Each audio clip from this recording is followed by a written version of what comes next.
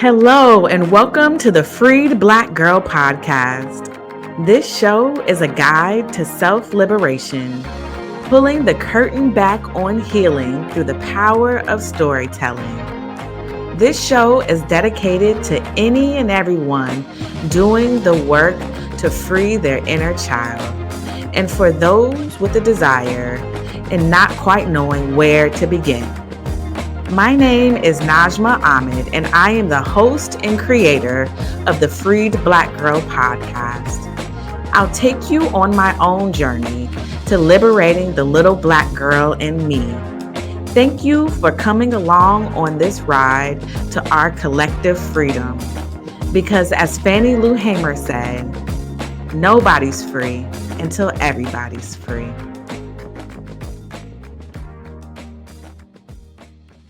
Hello, everyone, and welcome to this episode of the Freed Black Girl podcast entitled Freed Body, Sciatica, Belly Fat, and Hot Flashes. Oh my.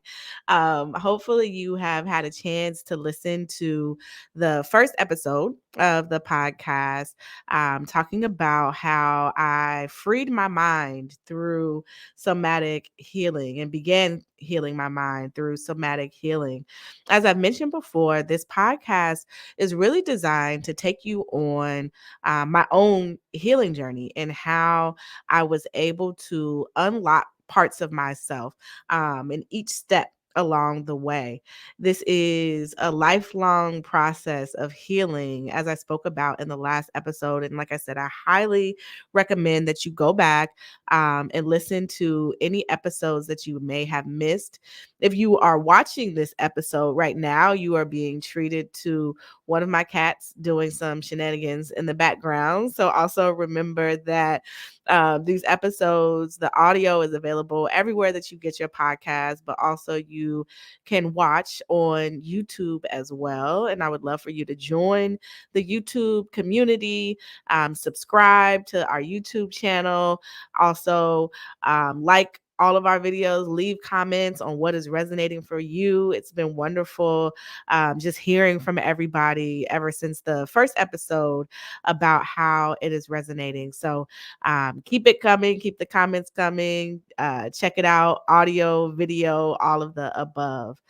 But wanting to get into this episode, when I was first talking in the first episode about freeing my mind, it really was about awareness and bringing awareness to my experiences in my life and things that I had been through, whether trauma, whether stressors, a mixture of the two.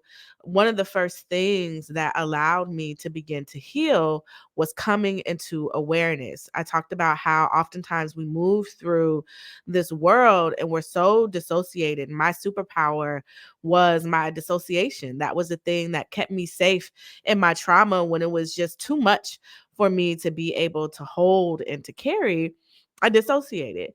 But as I started to learn new tools about how to be able to be aware and then how to kind of resource myself. So when I was feeling anxious, when I was feeling triggered, I knew what was going on. And then I knew how to bring myself back into balance, whether it's through those self hugs that I talked about, whether it was through exploring plant medicines, but also removing certain things that were numbing me, certain substances and activities that were also numbing me.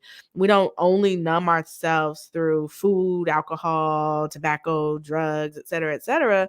We also numb ourselves by needing to constantly be stimulated, through social media, through achieving. I know, something that goes around a lot on the internet, different memes, but it's truth, talking about one of the things that Black women do when we get bored is we go get another degree, we go get another certification. Those are all techniques and tactics sometimes that we use to numb ourselves and to be dissociated from what is actually going on in our everyday lives. And so once I started to become more present and aware of what was going on and starting to be able to name those things, something that happened that I don't know that I was quite prepared for in that moment or as I was going through it, was that I started to physically feel parts of my body that I had not felt before and become more aware of parts of my body. That is the beauty of somatic healing, is that it really focuses on the mind body connection. And surprise, our minds are actually a part of our bodies, even though when we look at these insurance companies and they essentially are selling us off for parts. We have dental insurance and vision insurance, and sometimes your insurance may cover mental health, sometimes it may not. And we have to really be honest about what that is doing to our access to these healing modalities, because we have these corporations that are not treating us as whole human beings, and rather are seeing us as commodities and different parts of us as commodities. But I say all of that to say that we have to look at our healing as the totality of our being. If our mental health is off, then likely our physical health is off. And vice versa. If our physical health is off, it's going to take a toll on our mental health. And so these things have to happen in conjunction with each other. You cannot heal physically if you're not also looking at the root cause of what has gotten you to that point. And it is also very difficult to heal mentally if you are not also doing the work to heal the rest of your body and understand the impact that your physical ailments has on your mental capacity to truly be well. Something that my therapist talks about all the time is that once you start to do the work, you start to heal on the inside, and then it starts to manifest physically.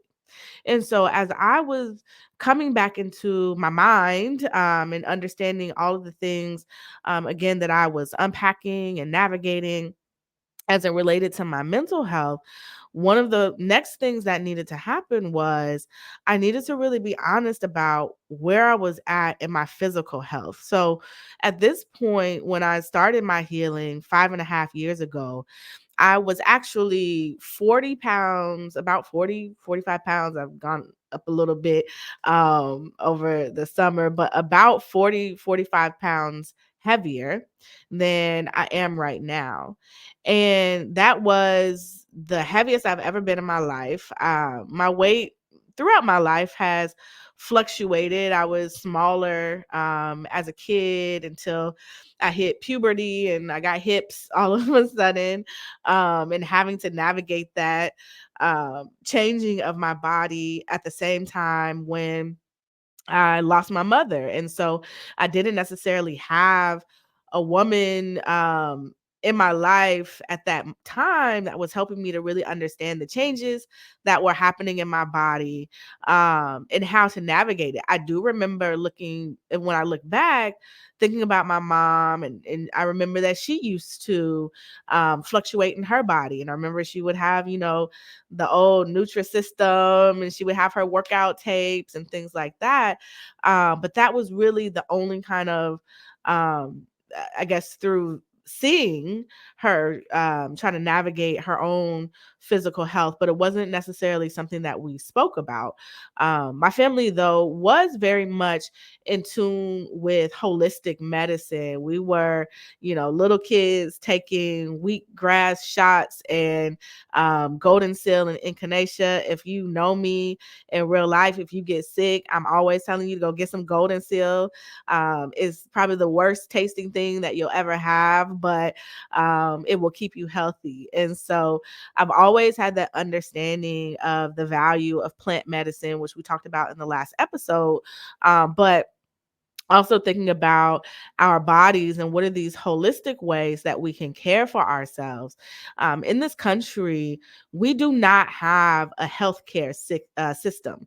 We have a sick care system where we allow people to get sick and then we pretend to care for them, which often looks like giving another pill, giving some type of Western medicine that we really look at as masking the symptoms and not necessarily getting to the root cause. But that's what we've always been told. And I'm not saying that we shouldn't go to the doctor. And I'm so excited that in this episode, I actually have a physician on who will be talking about kind of the nexus between Western medicine, but then also more holistic practices. And I also have a doctor of chiropractor on who will be talking about their work as it relates to releasing energy from the body, how that impacts our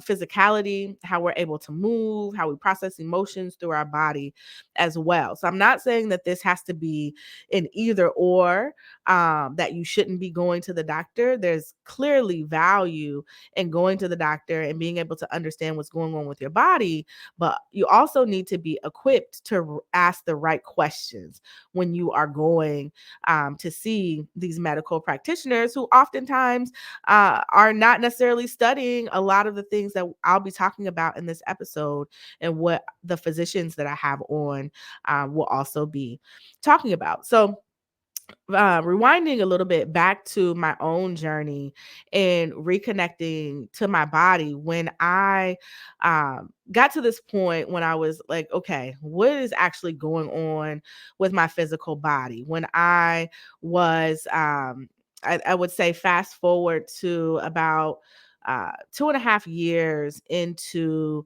therapy when I was leaving my job, and I had a ton of stress going on. And we'll talk about in this episode, all of a sudden my back went out. And I never had back problems before. At that time, I was, well, to say 35, 36 years old. And so, as we hear oftentimes, oh, we're just getting older. You're just getting older. This is just another part of getting older, but I wanna know parts of that, and it really shocked me because, like I said, I had never had back problems before. I had family members, of course, who had had different, back issues and back problems, but I could not actually not sit up. I couldn't move my body. I was supposed to be going on a work trip with this organization that had me stressed out, which I've talked about in past episodes, in the bonus episode, actually. But this was the job that I thought was my dream job. But I was just navigating a lot of racism in the workplace, a lot of quote unquote microaggressions, but that we know to be racism. I was going to work and I was putting this mask on. I actually used to, I'm a Delta. And so if you're in a fraternity or a sorority, you probably know this poem very well by Paul Laurence Dunbar called We Wear the Mask. It's we wear the mask that grins and lies, that hides our cheeks and shades our eyes. This debt we pay to human guile, with torn and bleeding hearts we smile. And I would literally, and it goes on, but I would literally say that poem to myself in my head sometimes when I would go to work. Like, okay, girl, you got to just put this mask on and go in here and do what you got to do. But what I didn't realize at that time is how detrimental that mask is to our physical health. When you're having to go into spaces and not able to be your authentic self, that you're having to push down your true expression, that you're having to swallow all of these indignities. And we think about our ancestors who had to do the same for threats of physical violence, but this is more so for our material safety so that we can keep these jobs and stay in these positions that we fought so hard to be in. We had to betray ourselves. And as we betray ourselves in that way, it starts starts to manifest physically. And so that's what was going on with me. And like I said, I didn't know at the time, but that's what my body was reacting to. I couldn't sit up. I had to go on this work trip I didn't want to go on. Then I was trying to force myself to do it. And looking back, I got to the point where I was physically unable to betray myself anymore. My body was like, girl, no, we are not going. Like, I don't know what you got in your head that you think we're about to do, but your spine is gonna be on this couch. And so that was my kind of first really big wake-up call to be like, I got to do something because I was in severe pain. And so I started to go to get x-rays, and I found out that I had these compressed vertebrae in my back. And so I went to a chiropractor, and starting to go to this chiropractor and talking to them really started to understand how it was related to the stress that I had in my body. But even beyond that, the weight that I was carrying in my body. I'm only 5'3". And so at that time, to have an additional 40 pounds of weight on my body, it was taking a toll. And I had just kind of ignored it to get to that heaviest point that I'd ever been in my life. I didn't even have a full length mirror in my house. And so when I look back, I was really kind of at war with my body.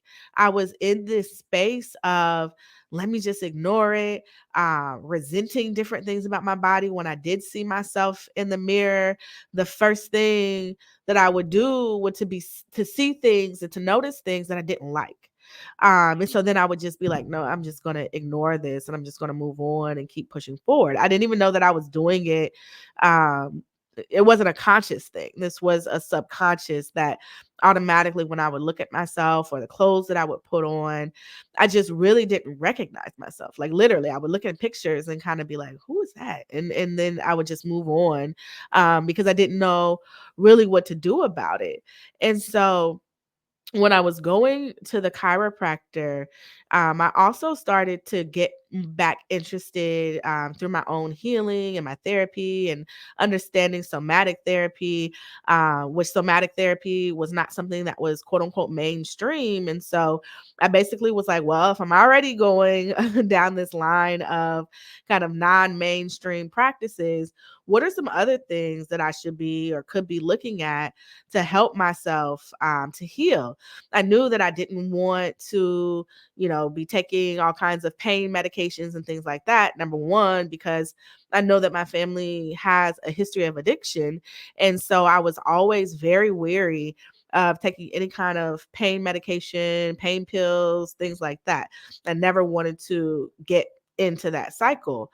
And so I wanted to explore what were some other options. And so that's when my doctor started to talk about looking into doing yoga. And so I'd heard about yoga, and I, heard about the benefits and things like that, but I didn't even know where to start. Honestly, every time I saw yoga, it looked like, for lack of a better word, it looked like a white people activity. It didn't look like something that would interest me. And so, but I have friends who are Black, of course, who were doing yoga. But at that time, this was probably, again, about 3 or 4 years ago. And so it wasn't as prevalent. I really think that going through 2020 in the pandemic and a lot of people really slowing down and learning how to reconnect with ourselves, these practices started to become more widespread. And so I started looking up different forms of yoga. I didn't know where to start really, but when I was Googling, I wanted to, as I was talking to some friends, I would talk to them who I know had been doing yoga for a long time. And this is no shade to anybody if you were one of the people that I asked, but a lot of the people who I was asking about yoga, I would also be asking about the spiritual aspects because I was interested in how Buddhism kind of came in, not kind of, but was really connected to yoga and how connecting to nature as well.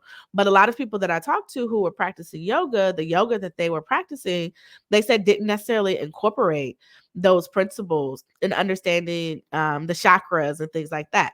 I'd heard about the chakras, but honestly, at that time, this all was kind of like woo woo to me.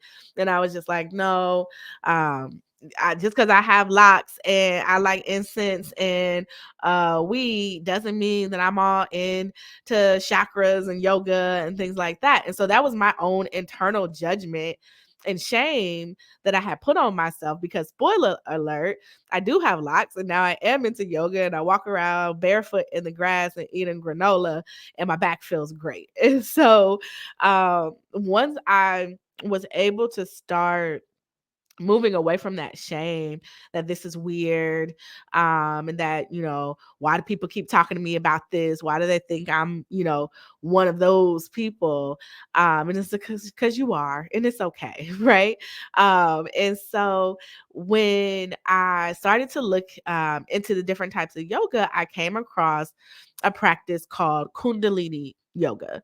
And so I never heard of it before, but when I was looking at Kundalini yoga, they talked about the ancestors in it, and they talked about the connection to nature and the more spiritual connection, when thinking about really awakening ourselves to who we truly are. And so I found, at that time, it was an online instructor. I think things were still shut down a bit around the country. And so I found a virtual Kundalini class, and it was a Black woman that was teaching it. And so I took the class not really knowing what to expect. And during the class, it was a lot of breath work, and really understanding the power of breathing, the power of feeling our bodies, what's happening in our bodies, the sensations that we're feeling, holding those breaths, really tensing and releasing the muscles, which are also a part of somatic healing. And I'll share on the Instagram page one of the activities that you can do to really kind of tense and hold your muscles and then release them. And to do that with your muscle groups throughout your body, and how powerful that is for releasing a lot of tension and stress in the body. And so Kundalini incorporates a lot of that. And so when I was talking to the instructor afterwards, I told her, how I was new to yoga, and she kind of laughed and she was like, "You started with Kundalini?" And I was like, "Yeah." And I didn't really understand, the big deal about starting with Kundalini yoga, but I Googled afterwards and found that that particular practice is very much tied to spiritual awakenings in people, and kind of really supercharging the energy that courses through our bodies. If you think about our bodies as kind of these mechanical systems, we're also, gardens, and we need nutrients as well. But if you think about it as an electrical circuit, and this chakras essentially, as I've been learning, and I'm not an expert, we'll have an expert on later in the episode, but essentially your chakras are different energy centers that move throughout your body. And if you think about it like a circuit, I'm taking it back to middle school, we're magic school busting this thing, right?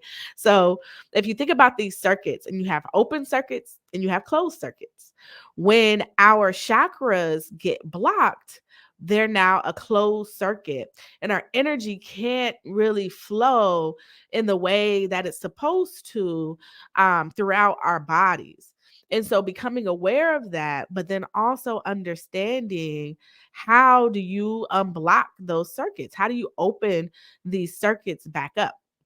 And really understanding what each circuit needs in order to be functioning at its fullest capacity was something that was transformative for me in my awakening, and coming back into my body. And so as I was doing the Kundalini over the next few weeks, I remember I had one session where I was kind of just visualizing and going through the breathing exercises, and I felt what felt like a jolt of electricity shoot through my body to the top of my head, like from my feet all the way to the top of my head.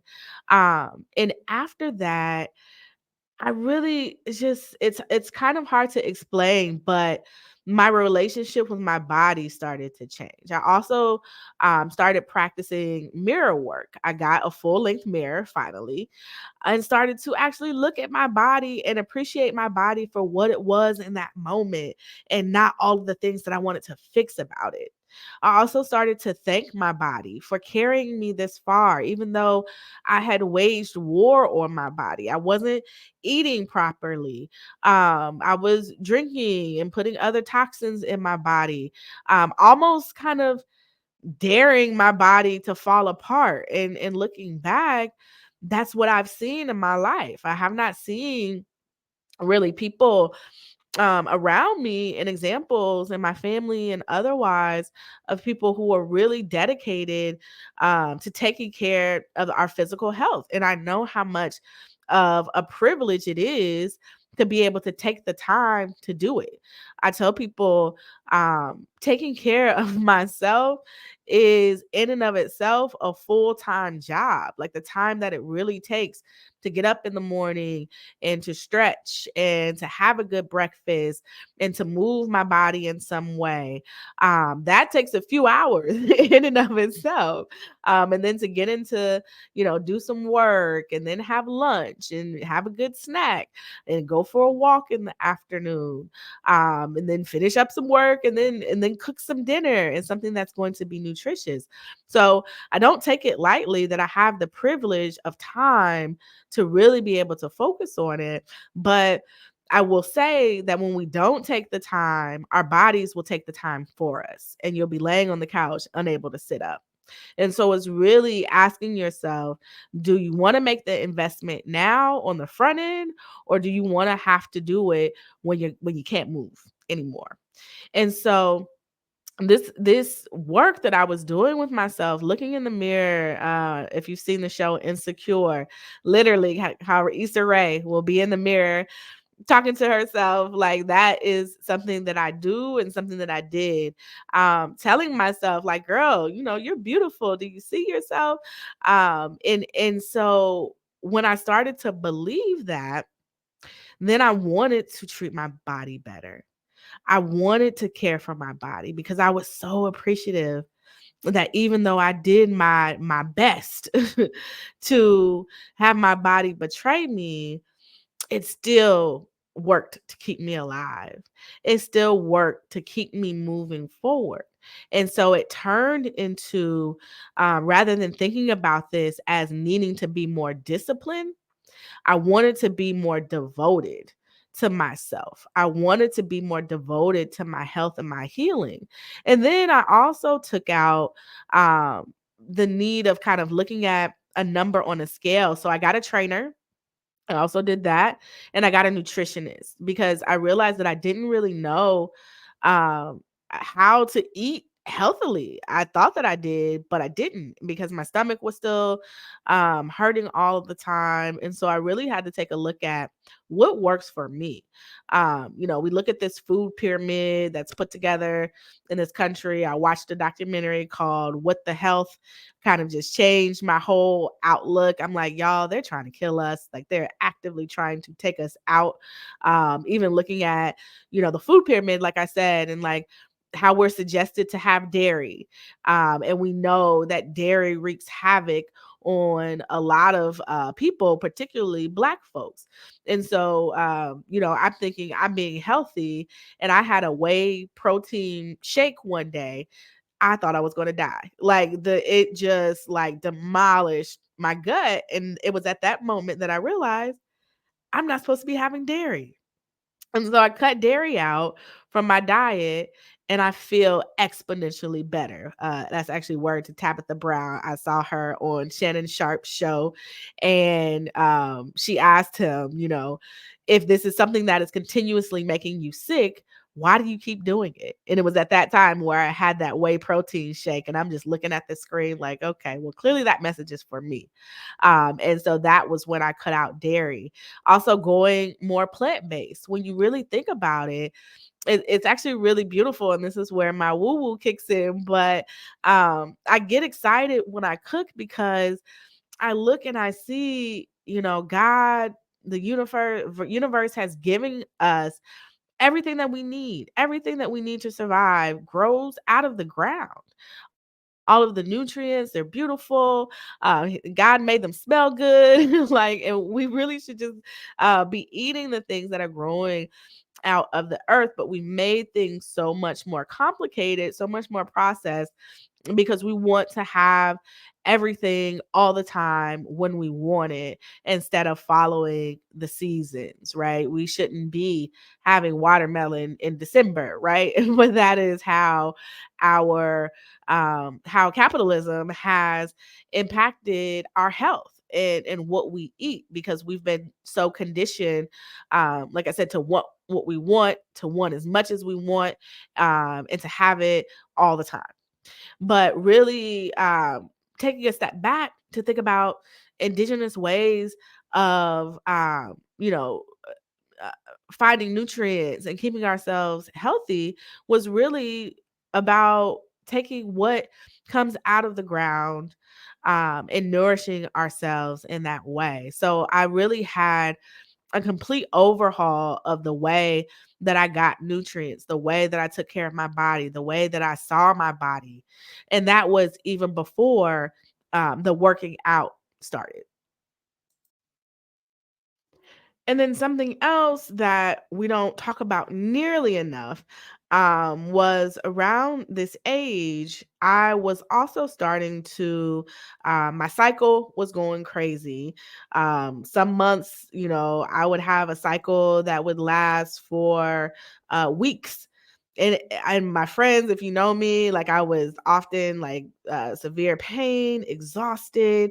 But something that I didn't necessarily talk about was my mood. And for years I would never have, typical kind of PMS symptoms. But in my mid to late 30s, leading up to my period, I would just get super emotional, get super depressed, anxious, find myself crying for no reason, which was, I was like, is this, my trauma? Is this what's happening with my body? And the answer was yes. It's all of these things. And so I started to ask friends, like, are y'all experiencing these symptoms? Like, are y'all having hot flashes and stuff? And then I was surrounded by friends who were around the same age, and a lot of them were getting fibroids, and a lot of them were just having all of these reproductive health issues with their cycle as well. And I just started to get curious, and that's one of the things that I love about myself most is my curiosity.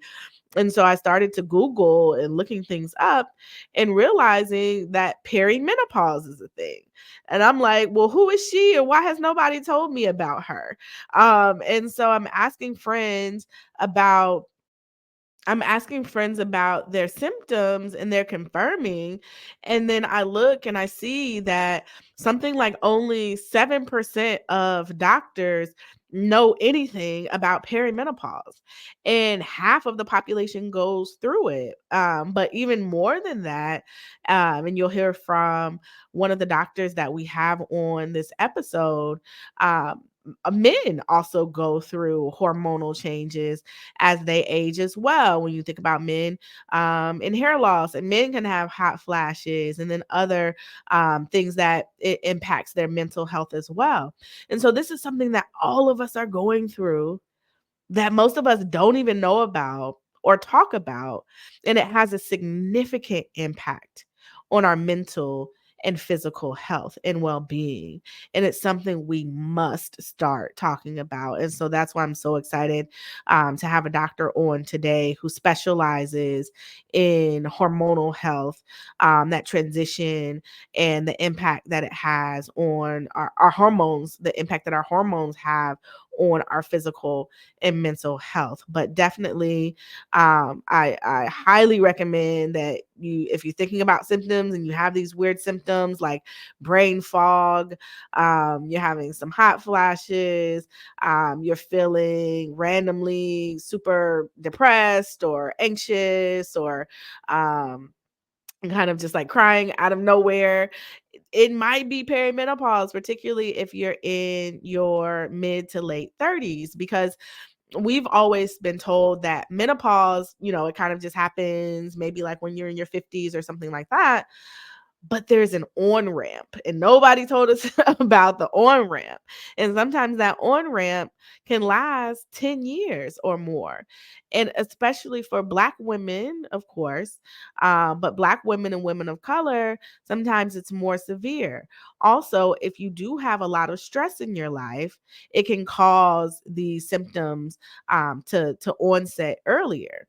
But also, things that you're putting into your body can also cause perimenopause to start earlier as well. So if you're not getting the proper nutrition, if you're drinking any other toxins that you may and substances that you may be putting in your body, have a direct link and impact to your hormone levels in your body.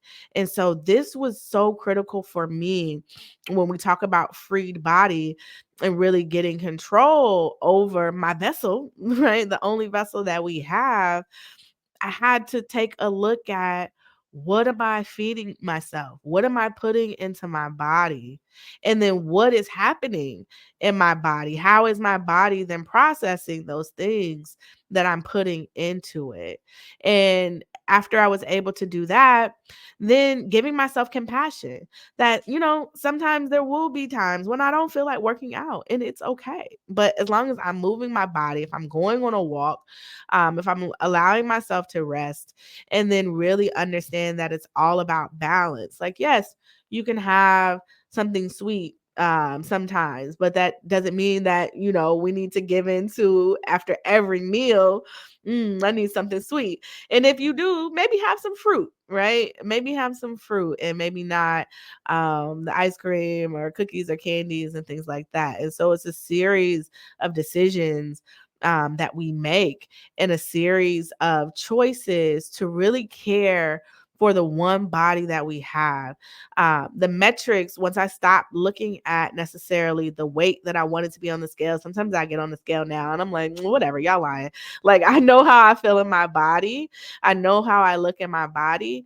One of the main things that I was looking at, I got a Fitbit because I wanted to also look at my sleep. My sleep was horrible. And so understanding that a lot of our restoration happens during REM sleep. That's where you're dreaming and things like that. But alcohol suppresses REM sleep. Also, some studies, and I'm not an expert again, but some studies indicate that cannabis can have an impact on your REM sleep and how much time you're spending. And so if you're not getting a lot of REM sleep, even if you're sleeping 9 hours at night, it's really about what is the quality of sleep and how much time are you spending in sleep stages. So I really had to start monitoring my sleep every night and understanding, like, oh, okay, well, I know I did X, Y, and Z today, and I, worked out, ate good, drank a lot of water. Please drink water. Please drink water. Please drink water. I can't say that enough. I know too many people who either don't like water or don't drink water, and then you're wondering why we got headaches all the time, why like our skin is dry, all these other things. But that was just my quick plug for H2O.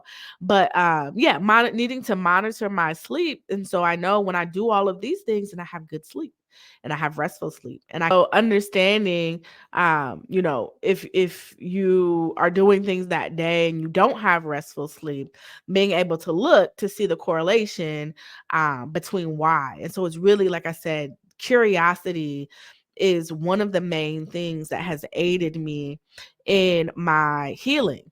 But the main metrics, and I'll leave you all with this before I welcome in our awesome guests.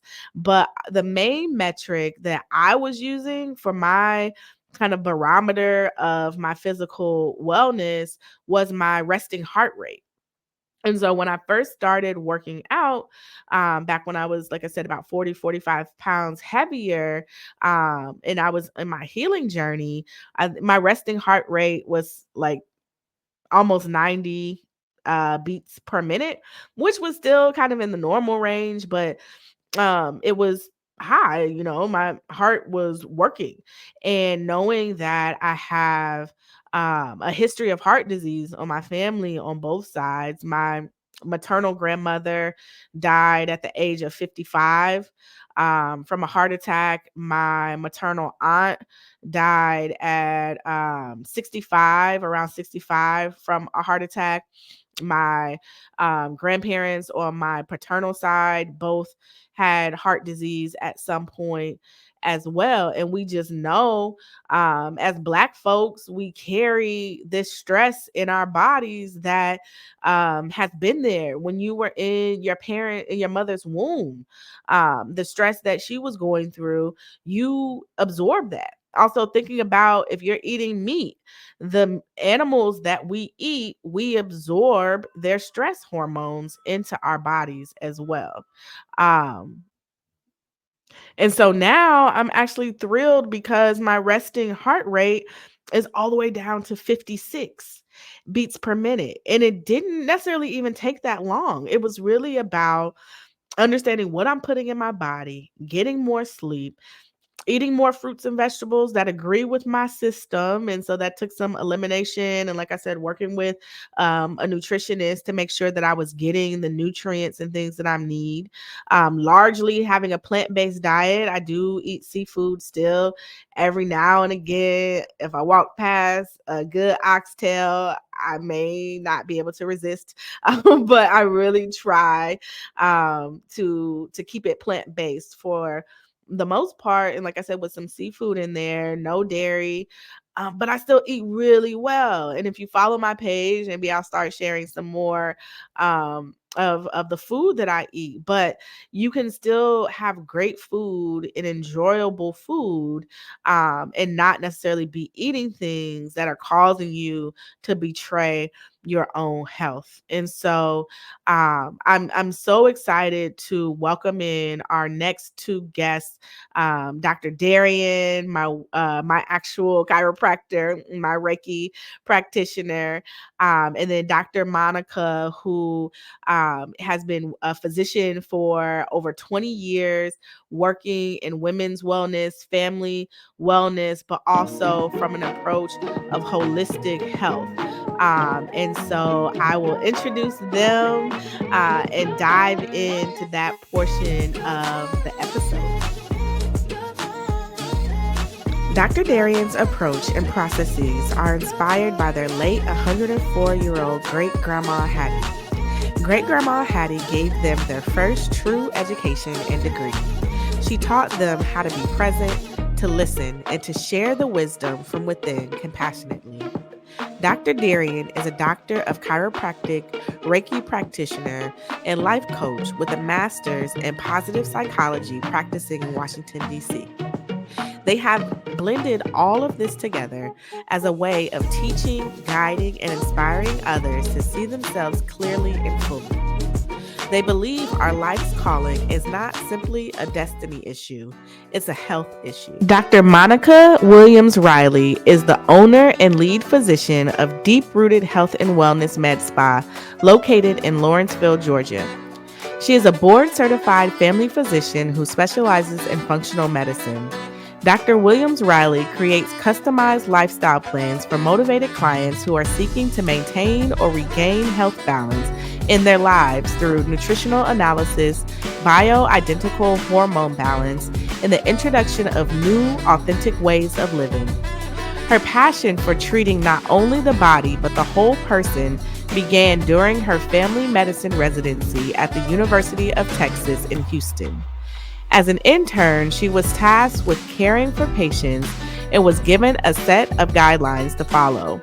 However, she quickly realized that every individual could not be put into a box and treated the same way with the expectation of achieving the same result. Recognizing that each person is unique and should be treated as such, she was inspired to dedicate her practice of medicine to prevention and education. This commitment was further fueled by her personal experiences, including being raised in a family that seldom visited doctors and witnessing the unnecessary death of her maternal great-grandmother from gynecological cancer, as well as the loss of her paternal grandparents to complications of diabetes.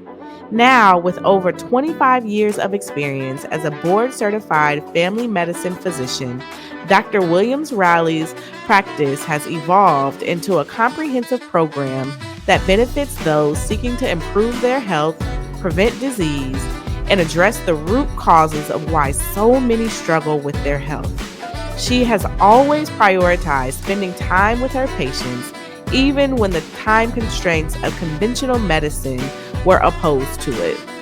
Practicing medicine as a functional medicine physician now allows her the time and tools to support her patients fully. Dr. Williams Riley firmly believes that the only way to heal a problem is to start at the root.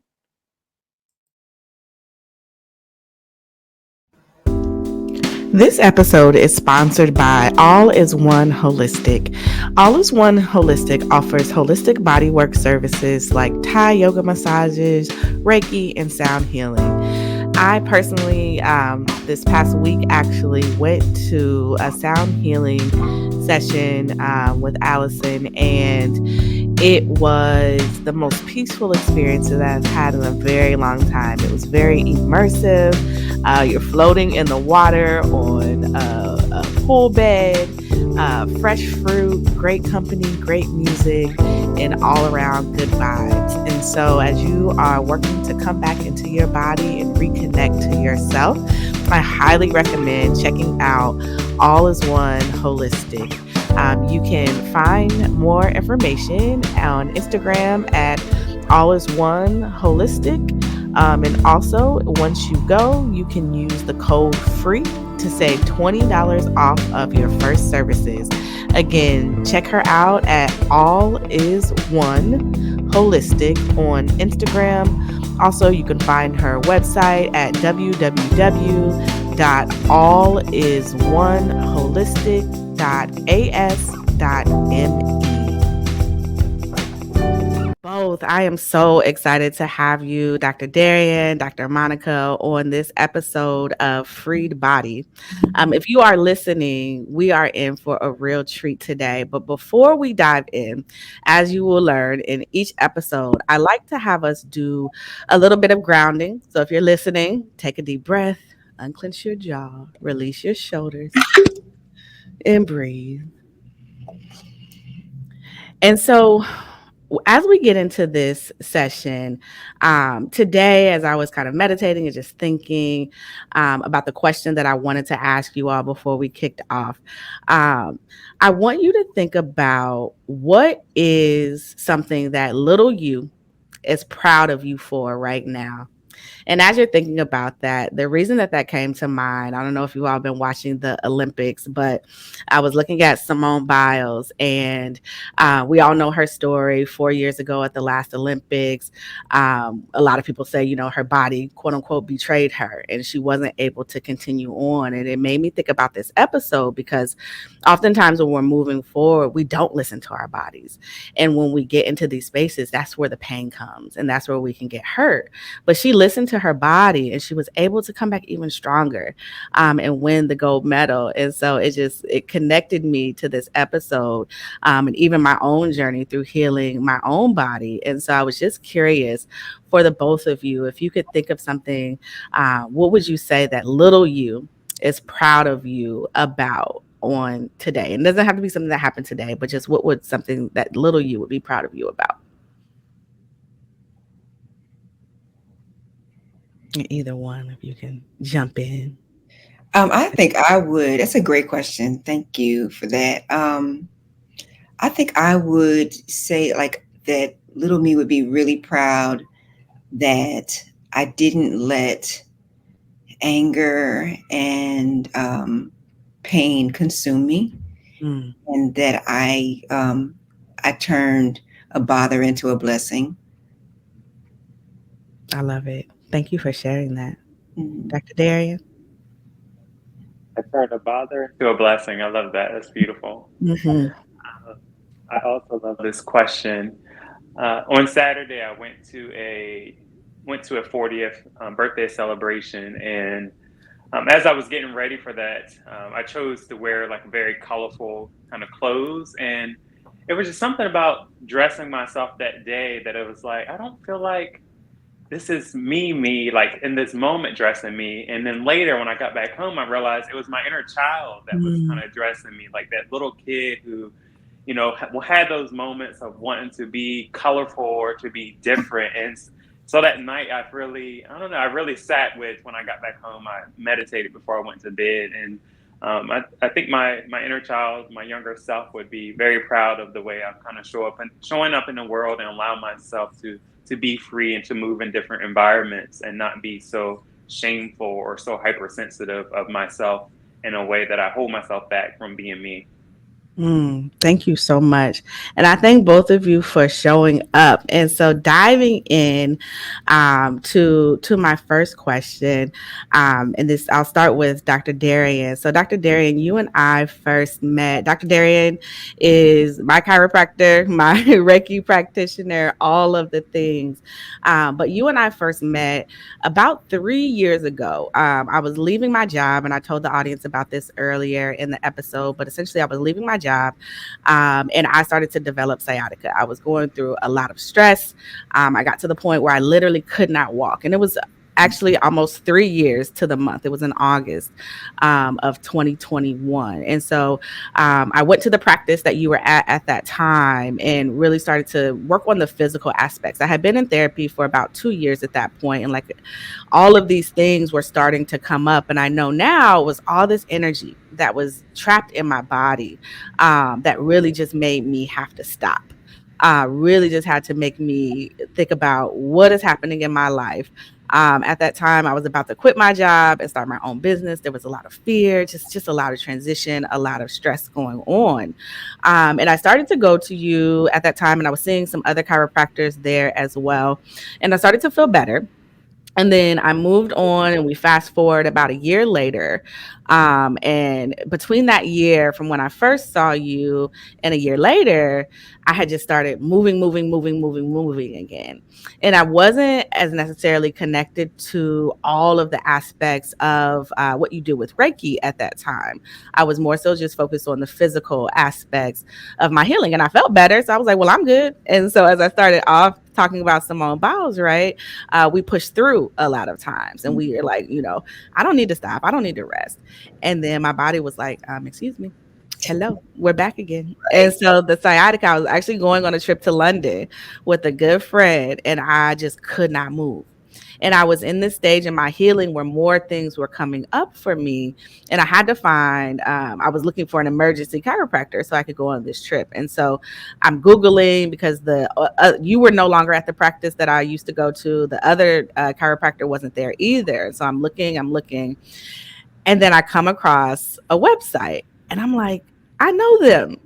And so I'm like, oh, that's Dr. Darian. And so you happen to be, but we know it's the universe of the ancestors. You happen to be having some open emergency appointments. I booked one.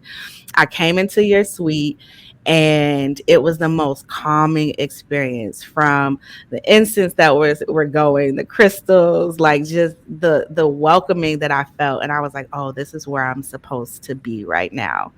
And so thank you for that. And I also don't know if you realize, a year ago, I think I had my first Reiki session with you around my birthday. And I was looking at the notes, and in the notes, it said that you felt a calling around my throat chakra and around my voice, and using my voice. And fast forward to this podcast, it made me smile when I read that this morning, that you were correct and that you do have a gift. But what I wanted to ask you, as you think about your work, and you think about the work that you do as a chiropractor, but then also as a Reiki practitioner, tell us more about why you wanted to combine the two, and how the two are even connected. I know sometimes people, and I will talk for myself actually, I thought, all of this probably maybe like 2 years ago was just weird. I was like, oh, this is all, woo woo, quote unquote, right? And this is not to disparage the woo woo. I think we should probably all listen to our woo friends because we're all saying the same thing right now. But tell us more about why you wanted to connect the two, and then just start off with what is the connection between Reiki and our chakras and chiropractic. Well, this all that you said in that time, I was like getting chills and all things. I really felt that in my heart. It's also very interesting how you started off with the question that you asked about from Simone, and I think for me, and even your story of hitting that point where you kind of slow down and you start to reconnect and feel some things in your body. I put myself through undergrad, and it was during that time. It was a very tumultuous time. I had some family stuff occur all at once, and so it ended up being I was financially responsible for putting myself through school, and so it was a lot of digging deep, pushing through. There was a lot of emotional stuff going on that I didn't know how or didn't have the tools to deal with, nor did I have the people to really talk to. And so I remember walking across the stage, graduating, and getting back home and being like, I just didn't know where I was within myself. I was just so disconnected. I was all over the place. And I literally asked Spirit, like, what is next for me? Because I knew there was more, like, I knew there was something more, more than, the despair that I was feeling in that moment. And literally, chiropractic came to me. And so I go and I start Googling. And I'm like, well, what is a chiropractor?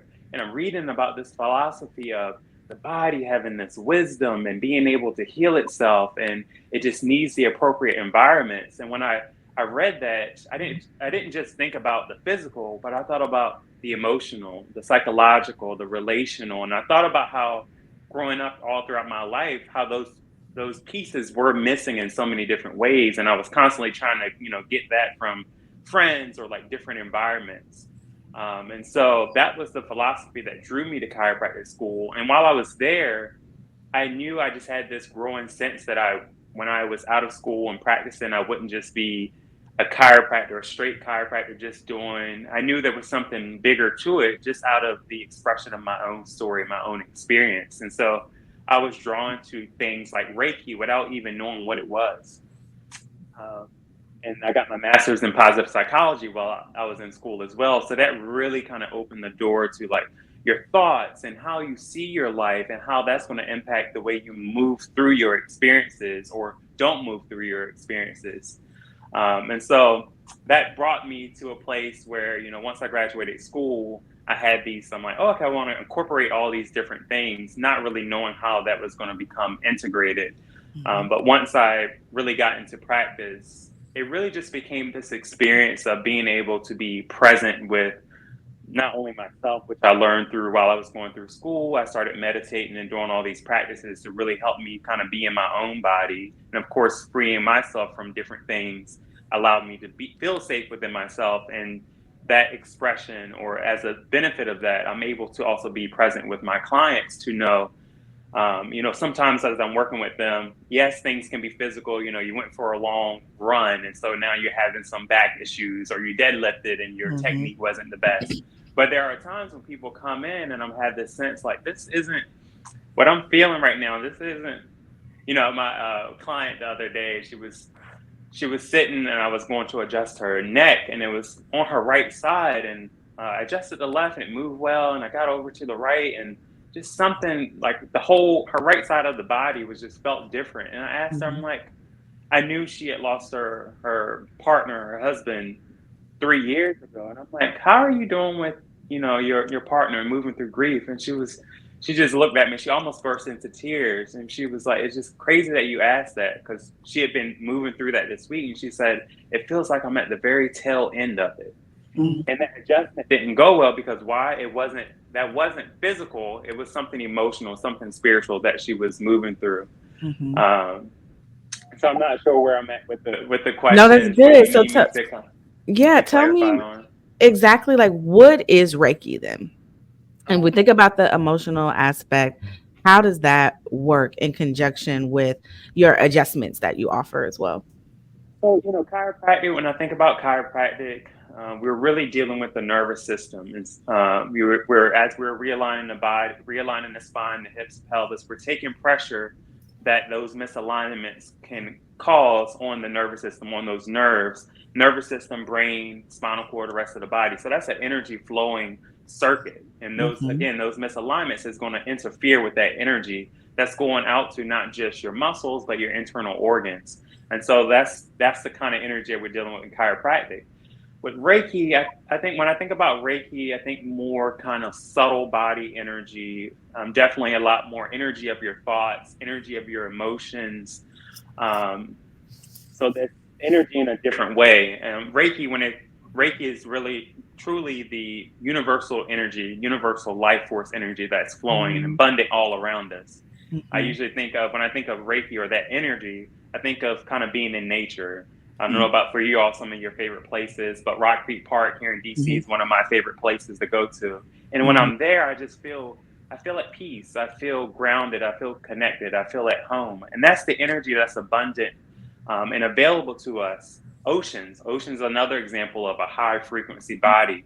I say nature knows how to be nature. A tree knows how to be a tree. The ocean knows how to be the ocean. Of course, for us, we have our consciousness. We have experiences. We have a bit more that we carry that impedes us from really being able to be our full expression of ourselves, to be fully healthy, to be connected to that energy. So with Reiki, I say it's like a spiritual massage. It's helping to kind of, pinpoint where are there kind of thoughts there where you're holding energy, whether it's in your thoughts, whether it's in your heart space, your heart chakra, whether it's in your hips, like you were saying, your sciatica. The body part represents or reflects kind of certain aspects of who we are, as well as our tendencies to hold certain patterns or energy in those certain areas. Like the hips, for example. The hips is where we hold some of our deepest kind of emotions and experiences. You mentioned chakra. What is a chakra? If I'm listening to this, what is that?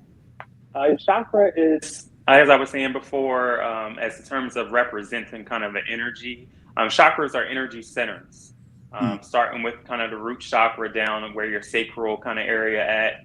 And as you kind of move up, you go from the more primitive aspects of our being. So the root chakra being the first chakra at the very base of your spine, that's where we come into our body. That's where we're hopefully our basic needs are being met in the world. That's where we come into kind of our sense of identity. And then as we again move up, it's like your sacral chakra is connected to your sexual organs, and that's connected to your creativity, your expression, your sensuality. Your solar plexus connected to kind of your power, how you move in the world. That's also connected to your spleen and your liver.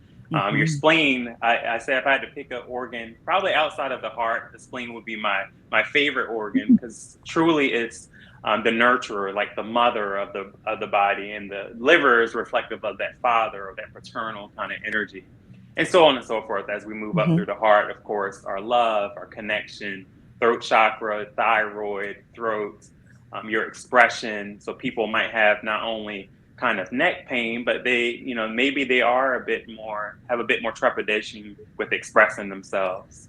Your third eye, your pineal gland, all those different things, as well as kind of as we move to the crown, your brain, of course, but also just your ability to feel connected in the world, your relationships beyond kind of yourself, like higher power energy, ancestors. And so as I move through sessions, or if I'm working with individuals, there was an example recently, someone was having neck pain and her spine just wasn't holding. And so eventually, after about 3 or 4 visits, I was like, I think it's time for Reiki. And when I was going at her throat chakra, it was like, I remember feeling it was like a lump kind of was released from that area. And after the experience, I shared that, and she was like, I felt something there too. And ever since that session, her spine has been holding the adjustments. And so there was something much deeper going on that was emotional, spiritual. Yes, thank you so much for that. As you were talking, I was thinking about when I talked about in the Freed Mind episode how I was able to kind of get a hold of, okay, what has been happening? What is going on in my life? Okay, being able to name it, to recognize it. That was a lot of things that were connected to my root chakra, right? And so when that started to dig up and my root chakra started to open up, now we're getting to the sacral chakra and my hips and all of this trauma that had been stored there. I started to be able to feel it. And then on top of that, like I said before, noticing the changes in my body. Like I was having more like fat around the middle. I had gained a lot of weight. Since I've been healing over the last 5 years, I probably lost like around 40, 45 pounds. And so and when I was wondering, I had a lot of friends, a lot of women friends in my life who had fibroids. And so I was noticing like this extra, weight in my middle. And so I'm like, do I have fibroids? So I go and I get the ultrasound and all that. And it wasn't that. It was like, no, girl, that's just belly fat, right? And so I'm like, well, where did that come from? Like, I never had that before. But I was getting older and my body was changing, and I started to Google, and my cycle was going crazy. You talked about the sacral chakra being a lot around sexuality, sensuality, creativity.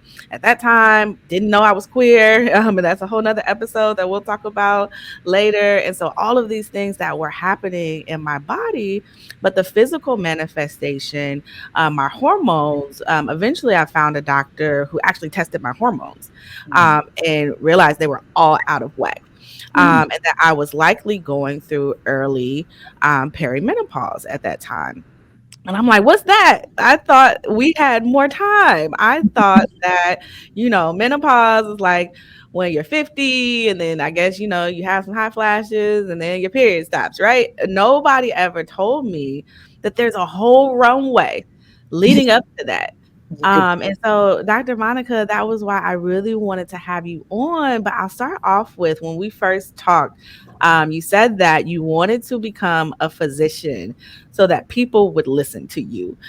So tell me a little bit more about that and a little bit more about the work that you do. So it's interesting how the three of us kind of found ourselves in this place, because a lot of the things that Dr. Darian was saying are just speak so true to my journey here, to how I got to where I am today. So as a practicing physician for 28 years in family medicine, but raised in a very holistic family, not even really knowing it or calling it that at the time. We're growing up in Philly. We just didn't go to the doctor a lot, and we were really healthy. And my mom was deathly against medications, almost to a negative degree. But in some senses, I still am so grateful for that, because we didn't go running to the doctor, for a pill for every single solitary thing. So that being said, I grew up really number one, leaning on nature to be my guide and prevention. And then when I got to college at Tuskegee, even more so wanting to dig into that, because I was really, really connected to nature. And that's where I felt the most at home, barefoot, running in the yard. Obviously, that's very looked down in our culture, which is another, problem, because it really is actually more to where we come from. And we can, that, like you said, that's another show altogether, how we kind of been stripped of what's really who we really are, and how that really healed us. So being in Tuskegee, Alabama, it really gave me an opportunity to get back to, or get to know who I really, really was. All the things that I was being pulled to, I had a freedom to actually really dig into that. So on the note of just becoming a woman in that process, and the things that we don't know about, from a young person, I had a lot of issues with my menstrual cycle. Had a lot of pain all the time with my menstrual cycle, and wasn't as a young person looking for fibroids or anything like that, but just was like, wait, man, why does this have to be so painful? And fast forward on my health journey as I was becoming a physician, because I decided, I would say probably around 9 to 11, that don't want to be a teacher like my mom, don't want to be an engineer like my dad. What can I do that's different? And I was like, oh, I'm going to become a doctor. And that was not a path that I knew or set out that was going to be. But I was like, but I really don't want to push pills. I really don't know what being a doctor is about, but I do want people to listen about healthier ways there are to live. So I'm on my own journey through undergrad, and then I end up at Meharry Medical College seeking out this career in medicine as a pediatrician. Because what I wanted to do was change the lives of children. I wanted them not to have gone through the stress and the trauma that I did, the unseenness that I felt as a child. And I was like, okay, well, they're not going to listen to me as a woo-woo doctor on the corner about that, especially our community. Like there was going to have to be some authority behind that. So how do I do that? I become a pediatrician. Well, as the universe would have it, that I didn't match in pediatrics, and I was recruited in family medicine, and I resisted. I literally sat on my couch for 2 weeks going, that's not what my plan was. No, I'm not doing that. And I sat there on the couch for 2 weeks and, being called by the director of the family medicine program, which is unheard of for somebody to do that. I was like, okay, well, maybe there's a different direction I'm supposed to be going in. And there was. So the family medicine pathway for me allowed me to do exactly what I knew that I wanted to do, knew that I was trying to do, which was to change the course of families, which is the core of changing the course of a child, which the bigger picture, which I didn't know as a young physician, is the course of changing the course of the community. So you can't change a child if you're not talking to the parent. So over my career, I have been able to change, be a part of the family of adults, and therefore they literally handing me their kids, like, help me figure this out, and we've done it together. So I have my own struggles and how that manifested in me physically throughout this, right? So we learned all these things in med school, but there was so much that we didn't learn. So that my own personal journey of learning more about how the body works and how the body works with the universe. And Dr. Darian, it's one of the things that you said that rang so true with me. Often people call my practice my ministry. And the reason why is because even before I've gotten into my private practice, so many times clients will come in, my patients will come in, and they'll come in for one thing, at their high blood pressure, their anxiety, and the room tells me that it is not about that.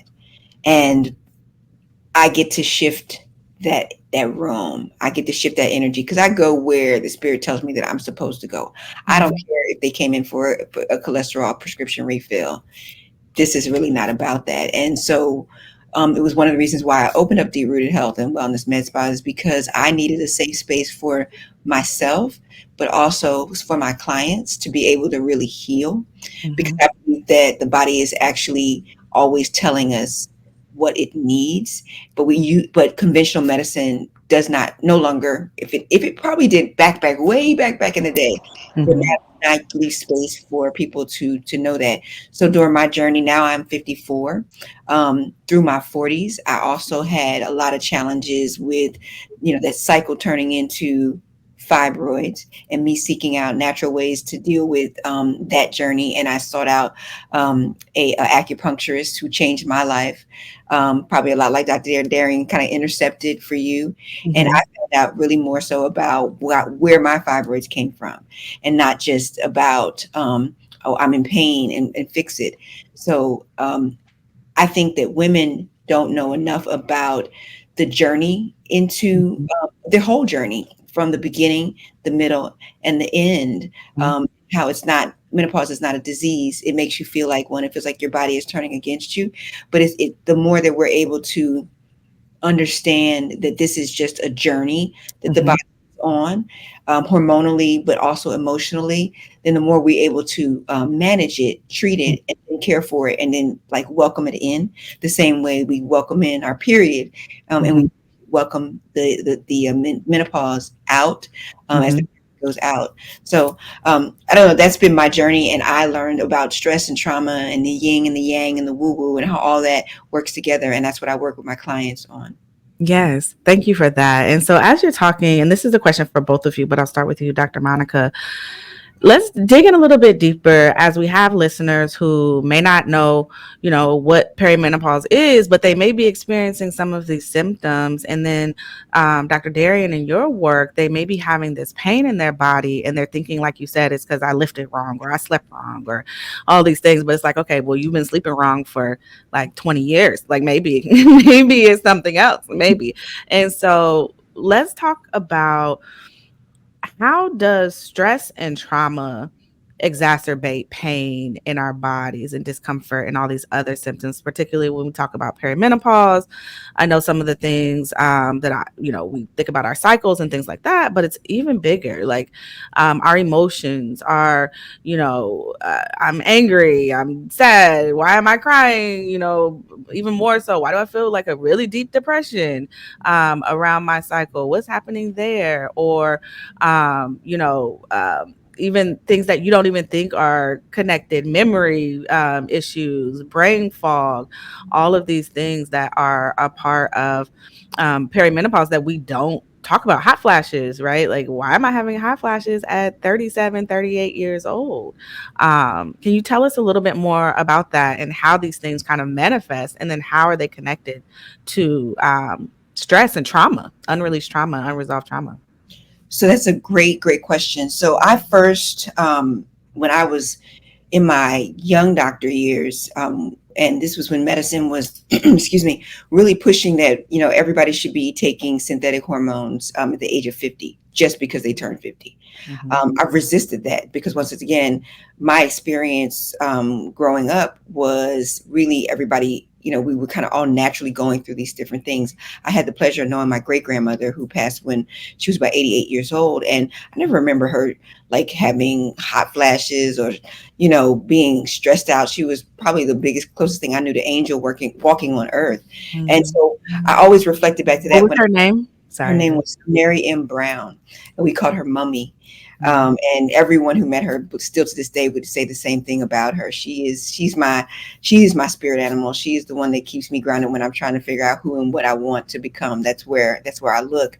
And so the blessing of knowing her, even when I was dealing with clients, my patients, and they were saying, "Oh, well, she's 50, put her on medicine," and I'm going, "No, see, this is not a disease process. This is something that someone is kind of gradually going into." And yes, some people are struggling. It's just because it's a natural process doesn't mean that it's not a struggle or it's a challenge for people. So anyway, they were coming to me and having hot flashes and those things, and I was not putting them on synthetic hormones because I knew that they did not absolutely need to be. And then there were people who didn't have any symptoms, and they definitely didn't need to have hormones evaluated or replaced. But what I found was, when a woman started to have these symptoms, what were other ways that we could manage them? And meditation was one of the ways, besides yam jelly, that one of my Hispanic patients actually taught me about. So I would teach them about meditation and how to control their mind and body, connect, and how that's connected. I wouldn't say control, but like how it's connected. And I taught that for many years, to teach women how to control those perimenopausal. And if we want to define what that is, that's the stage right before you go into full menopause. So menopause is when you're without a menstrual cycle for 12 months, completely, no menstrual cycle. But there's time period before that when you might start to feel the things that are not necessarily understanding. So everybody talks about hot flashes or night sweats. When your whole body gets warm, we call it your own personal summer, or you wake up in a puddle. And so those are things that the medical community acknowledges. What they don't acknowledge is when you start having confusion, or you can't remember where your keys are, or you can't remember the words that are, that you're trying to say, or you're angry at one moment and anxious at another moment. Those are the things that people don't acknowledge as part of this menopause journey. Or you begin to have joint pains, and people say, "Oh, well, you're just getting older." That's what the medical community will say is, "Oh, you're just getting older," and just accept it. And the truth of the matter is, this is the body shifting, and it is a slow shift. And the more unbalanced your life is, the more of these symptoms you will find. Myself personally, I've been married and been divorced before. I had ended up having a hysterectomy, but it wasn't before, like I said, finding my acupuncturist who taught me about the why that I had that was causing me not to have so much pain, so much bleeding. And through work with him, Dr. Axelrod in Houston, Texas, I haven't talked to him or mentioned his name in a long time, but through work with him, I was able to actually work on healing myself and also removing some things from my life that were causing me trauma. Mhm. And also acknowledging the trauma that I had as a child that had caused the fibroids in the first place. Once again, changing my practice of how I taught other women of what, like at a younger age, how we can really intercede and help younger women understand that this is not something that has to happen. Mhm. So moving into my 40s and working with clients who are going through the same thing, I then began to even use meditation even more. I began to have hot flashes based on me kind of ruminating over stresses that were going on in my life. And so I was able to pull on the things that I now taught my clients on how to pull hot flashes back by meditation. Then going into full menopause and not knowing it because I had had a hysterectomy and didn't know when the bleeding had stopped. The hot flashes got worse. COVID was in full bloom. I was a first responder in that phase, Mhm. and understanding, my memory was gone. I began to have anxiety attacks, things that I had never had. And so now I'm understanding my clients even more because I'm actually experiencing the things that they've been talking about. So when women come to me and they say, can you help me with my hot flashes? I'm able to ask them deeper questions. Are you ever feeling like you want to say something and you can't remember what it is that you want to say? Do you ever feel like you're losing your mind? Do you ever feel like you have anxiety that you never had before, like anxiety attacks that are not even something that you even recognize? Are you depressed? Do you want to kill your partner? Do you feel like you want to get separated from your partner? Do you want to leave your job? And they're like, yes, yes, yes. And I let them understand that this is because of this shift that's happening from the Mhm. ovaries, where you're not producing not only estrogen, but your testosterone level begins to drop. And usually around the age of 40, that's when it happens for men and women. We call men couch potatoes when that happens to them, and we just kind of excuse it and let it go pass along. But no one is meant to just stop. Mhm. We are meant to move through stages, and we need to acknowledge that is a hormonal shift that causes that. And by exercise, we are able to rebalance. By food, our nutrition, which this country is literally causing more problems than they're solving, Mhm. um, because we are literally poisoning ourselves. Mhm. Then, yes, by sometimes doing hormone replacements to rebalance, because what they found, even illness can cause a shift in our hormone levels. COVID was a perfect example of people, because of the direct hit on the immune system, that it caused so much stress. And then how we dealt with it, and Mhm. the emotional stress that causes a shift that causes people to dive into disease even more so, because the body's not able to shift slowly the way it's supposed to. We don't breathe and shift into things slowly. So I Mhm. teach clients about all of those innuendos and aspects. And then if necessary, then we do hormone replacement, but with bioidentical hormones, which are plant-based.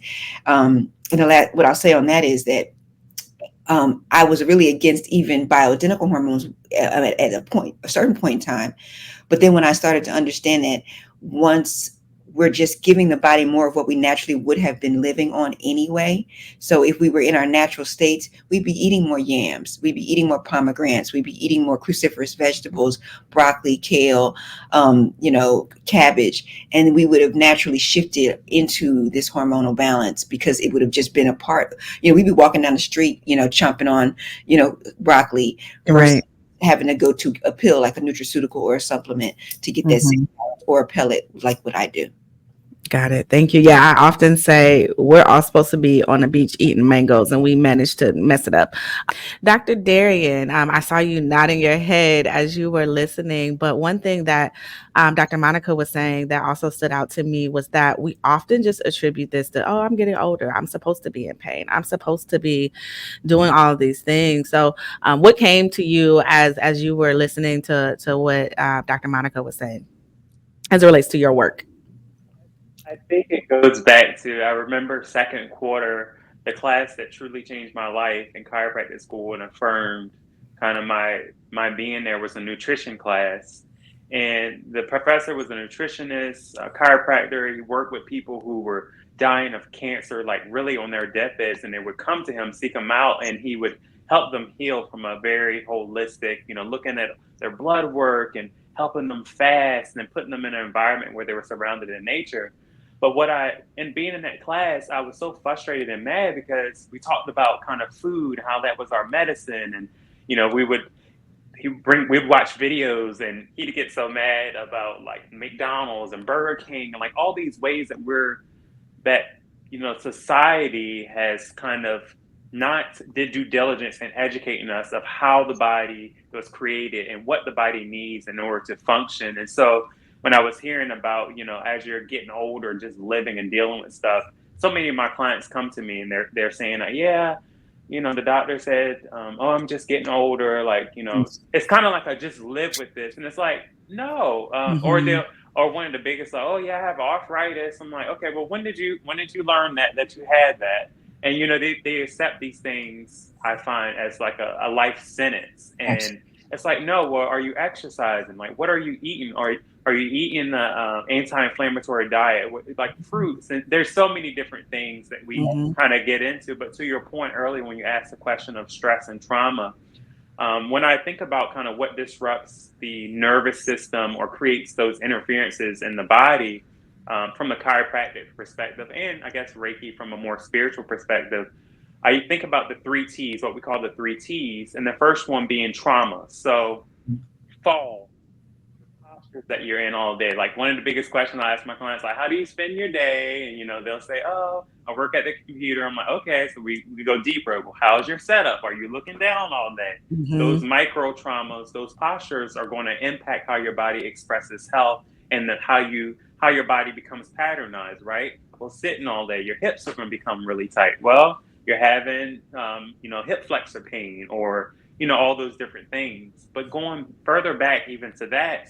understanding, well, what was your birth? Do you know anything about your birth story? When I was in chiropractic school, when I started to get adjusted, my right ear started to like puff or poof. And so I went to ENTs. I'm like trying to figure out what was going on and nothing. It didn't give me any type of answers. And so, I'm already in chiropractic school. I'm learning about the body. And I remember going to a chiropractor who was like spiritual. She was similar to how I practice today. And she was like, something happened to you when you were a kid on that right side. And so I got thinking about that. And I remember as a kid, I didn't get sick much, but the one thing I did have a lot was ear infections. And then I thought a little bit more and I remember, I got this scar above my head.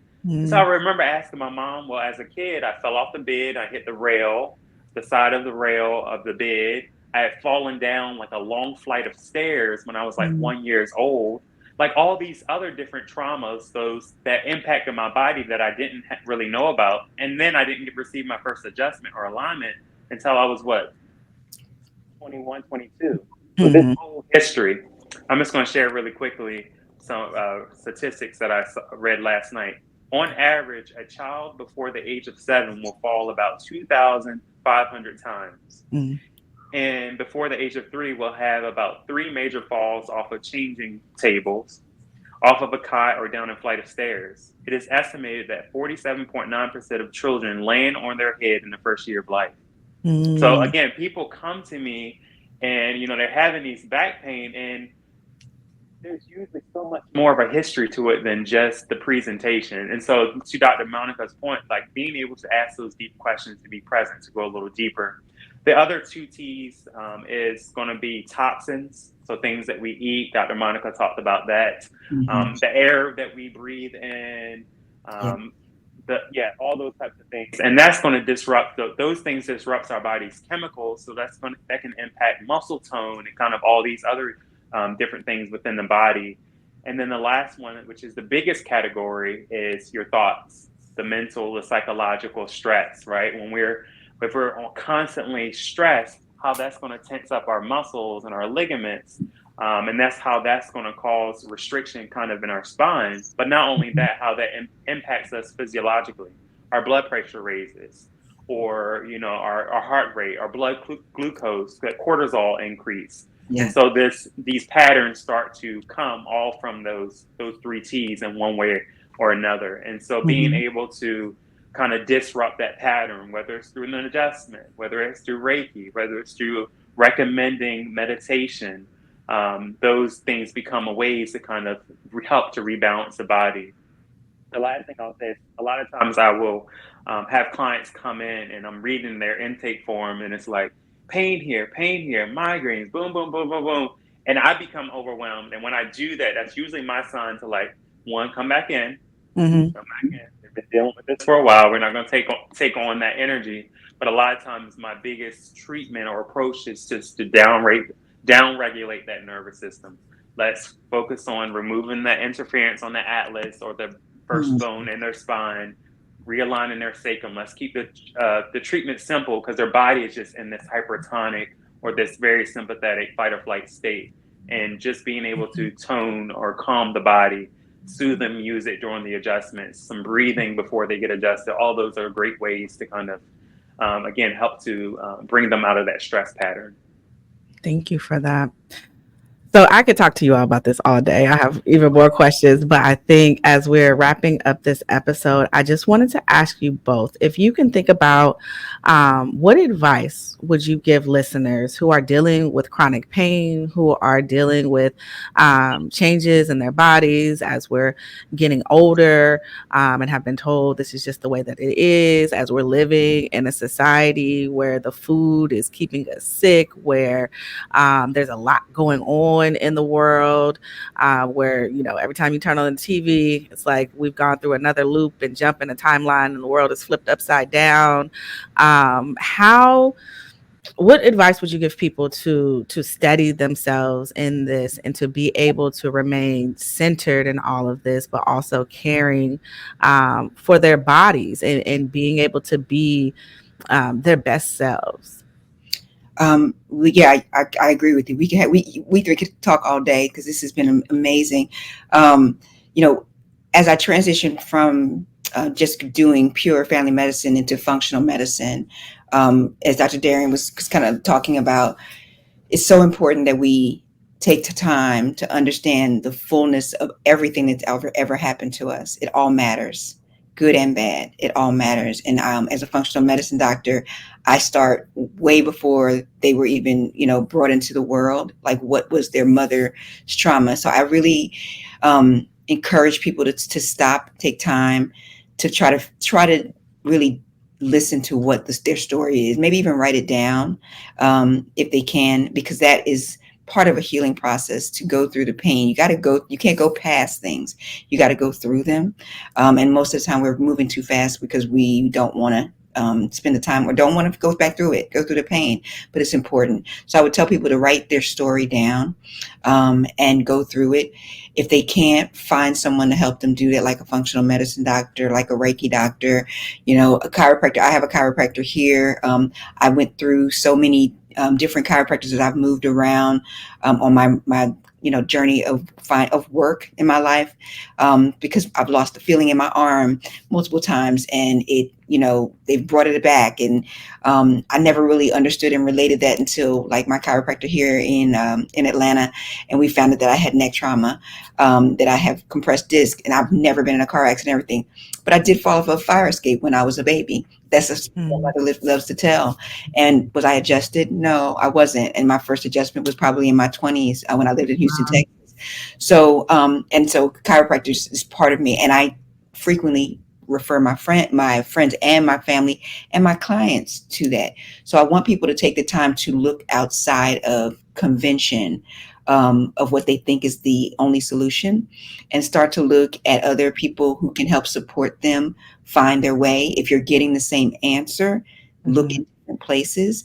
And if I tell people, this is your life, your body, if someone is not listening to you, if someone is telling you that it just has to be this way, and you know that you are not comfortable in this place and you are not well in this place, find another provider, find another doctor, find another way. Do not take no for an answer. It's your body, your life. You got to take control of who you allow in to help you on the journey. Thank you for that. Dr. Darian?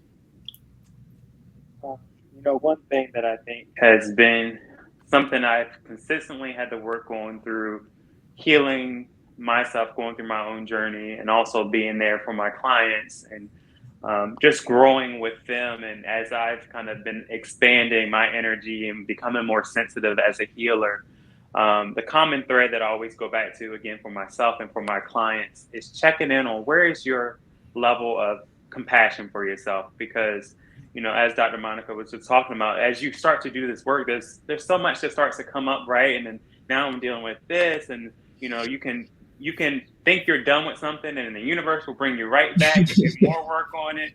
So if you can continue to constantly build your compassionate reserves, your love for yourself. I remember when I was in chiropractic school, and one of the manifestations of kind of the stress that I was experiencing it with was like my skin and breakouts and stuff like that. And it was so hard to honestly look myself in the mirror sometimes. And I realized that what I was manifesting, the beauty that I was bringing up inside, that it wasn't, I had to find that in spite of what I was seeing.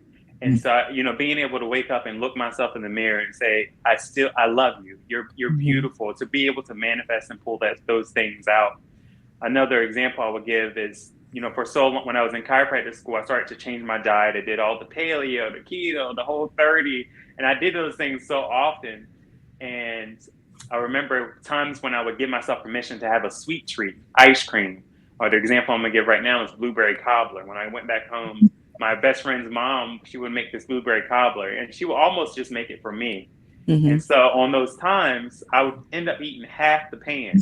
And I knew that. I'm like, okay, like, why can't you just have a little slice? You don't got to eat the half the pan. Yeah. And one night, it was like 3 a.m. We were out having fun. I'm home, going to get my half a pan. And, I'm still dealing with, why can't I control this? Like, what is the thing? And that night, as I was about to eat it, I realized why. Is that I didn't trust myself to give myself permission to have a sweet treat when I wanted it. But it was like all these years of dealing with this relationship with sugar and the shame I would feel after having all that ice cream or having all that cobbler. And then that one night, when coming to that moment, it resolved. So again, I think for me, that comes back to being able to have compassion with your story, your journey, no matter where you are, and being able to trust the timing of it, right? There was something beyond what I could understand of why I was dealing with that kind of relationship with food and sugar. But it's no longer something I deal with, but it's also a lesson and a story that I can pass on to my clients now as well. I love it. It is all about understanding our stories, the stories of those who came before us, because that plays a huge part of it as well. And we'll talk about that in a later episode. And then having compassion for ourselves, having compassion for other people who came before us, who maybe didn't give us the thing. When I first found out about perimenopause, I'm like, why did y'all tell me about this? And I'm like, they didn't know either. And so there's my cat yelling. But yeah, having that compassion for them. And actually, before we go, because Dr. Monica, you got to do this, and I actually asked all of my guests, Dr. Darian, who is one of your ancestors that you would like to acknowledge today that got you to where you are? As we're having this conversation, it actually makes me think about my mother, who passed when I was young, and how we used to be taking wheatgrass shots, Golden Seal. Golden Seal is still my best friend. I don't know if that's how I never got COVID, but I was in here taking golden still every other day. And that was something that my mother learned from her mother.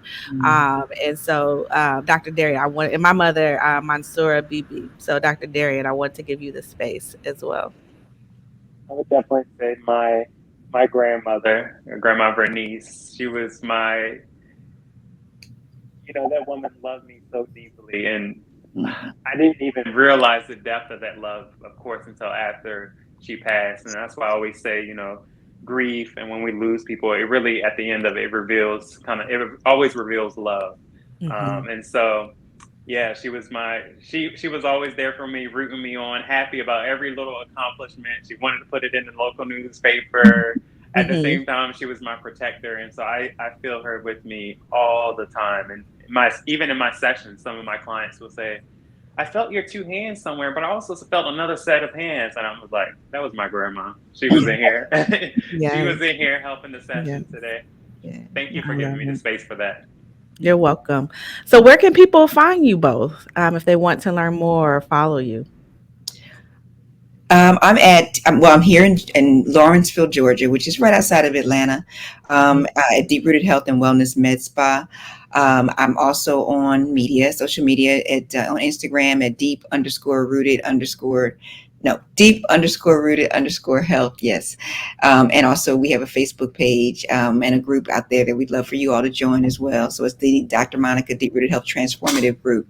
So yeah, we're out here doing the best we can with what we have and enjoying the path as we go. Beautiful. Thank you. Dr. In Washington, D.C., you can reach me on my website, which is Darian Jamar. That's 2 R's, IEN, DARRIEN, Jamar.com, as well as on Instagram, _Darian Jamar. Awesome. Thank you both so much for joining, for being in this space, for sharing with people. I know it's going to impact them in the way that they are experiencing their bodies as we grow. And I can't wait for them to hear it. Thank you so much. Thank you. Thanks for the invitation. Yes. Have a beautiful day.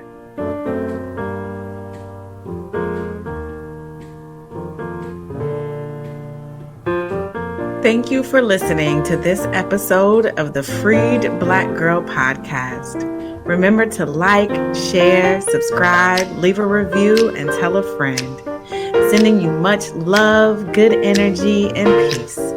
Until next time.